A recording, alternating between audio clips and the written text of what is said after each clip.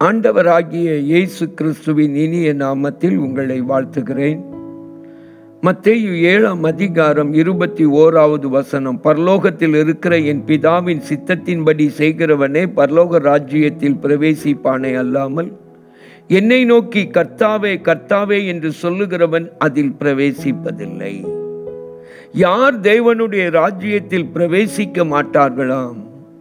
தேவனுடைய சித்தத்தை செய்யாமல், தேவனுக்கு பிரியமானதை செய்யாமல், வெறுமனே கர்த்தாவே கர்த்தாவே என்று சொல்லி கூப்பிடுகிறவர்கள். தேவனை நோக்கி கூப்பிடுதல் என்றால் என்ன? ஜெபம். தேவ சித்தம் செய்யாத ஜெபம், ஜெப வாழ்க்கை. தேவனுக்கு பிரியமானவைகளை செய்யாமல் ஜெபிக்கிறேன் என்கிற ஜெப வாழ்க்கை நம்மை தேவனுடைய ராஜ்யத்திற்கு, அவருடைய பரலோக ராஜ்யத்திற்கு நம்மை தூரமாக்கிவிடும் என்று எச்சரிப்பாய் ஆண்டவர் இயேசு சொல்லுகிறார். நீதிமொழிகளின் புத்தகம் 1ஆம் அதிகாரத்திற்கு உங்களுடைய வேதத்தை திருப்பி பாருங்கள். 28வது வசனத்தில் ஆண்டவர் சொல்லுகிறார், அப்பொழுது அவர்கள் என்னை நோக்கி கூப்பிடுவார்கள், நான் மறு உத்தரவு கொடுக்க மாட்டேன். அவர்கள் அதிகாலையிலே என்னை தேடுவார்கள், என்னை காண மாட்டார்கள். ஏன் ஆண்டவர் அவர்களுடைய ஜெபத்திற்கு செவிகொடாமல் தம்மை அவர்களுக்கு வெளிப்படுத்தாமல் இருக்கிறாராம்? அங்கே ஆண்டவர் சொல்லுகிறார் தொடர்ந்து, கர்த்தருக்கு பயப்படுதலை அவர்கள் தெரிந்து கொள்ளாமற் போனார்கள், என் ஆலோசனையை அவர்கள் விரும்பவில்லை, என் கடிந்து கொள்ளுதலை எல்லாம் அசட்டை பண்ணினார்கள். 29-30 வசனங்களில் அவர் இதை சொல்லுகிறார். என கண்பானவர்களே, இன்னமும் 24-25 வசனத்தில் சொல்லுகிறார், நான் கூப்பிட்டும் நீங்கள் கேட்க மாட்டோம் என்கிறீர்கள், நான் என் கையை நீட்டியும் கவனிக்கிறவன் ஒருவனும் இல்லை, என் ஆலோசனைகளை எல்லாம் நீங்கள் தள்ளி என் கடிந்து கொள்ளுதலை வெறுத்தீர்கள்.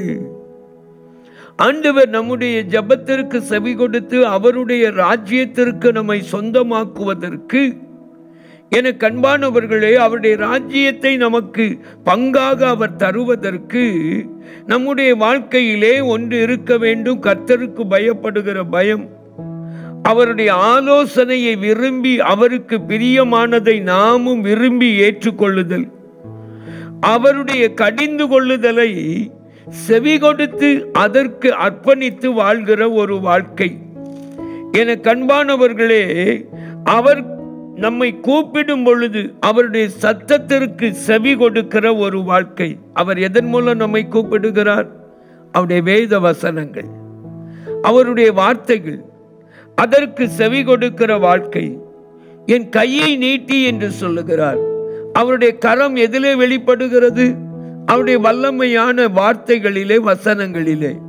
அவர் வசனத்தை அனுப்பி அவர் நம்மோடு பேசும் பொழுது அவர் நம்மை அழைக்க கரத்தை நீட்டுகிறார். அதை நாம் கவனியாமல் விட்டு விடுகிறோம். இப்பொழுது அவருடைய ராஜ்யத்திற்கு பாத்திரமில்லாதவர்களாய் அவர் நம்முடைய ஜெபத்தை அங்கீகரிக்க முடியாத ஒரு நிலைமைக்கு நாம் மாறிவிடுகிறோம். சிந்தித்து பாருங்கள், அர்ப்பணித்து மனம் திரும்புங்கள், ஜெபிப்போமா? அன்பின் பரம தகப்பனே, நாங்கள் உம்முடைய ராஜ்யத்திற்கு உகந்தவர்களான வாழ்க்கை வாழ, உம்முடைய ராஜ்யத்திற்கு தூரமானவர்களாய் மாறிவிடாதபடி எங்கள் ஒவ்வொருவரையும் சீர்படுத்தும், சீராக்கும் என்று ஜெபிக்கிறோம். இயேசுவின் மூலம் வேண்டிக் கொள்கிறோம் பிதாவே, ஆமேன், ஆமேன். அன்பானவர்களே, உங்கள் ஜெப தேவைகளுக்கும் மேலதிக விபரங்களுக்கும் தொடர்பு கொள்ள வேண்டிய எங்கள் முகவரி: சகோதரர் பி. பொற்செல்வன் ஆசீர், கிருபையின் ஊழியங்கள், ஆபிரகாம் நகர், பெரிய நாயகபுரம், தூத்துக்குடி 628101.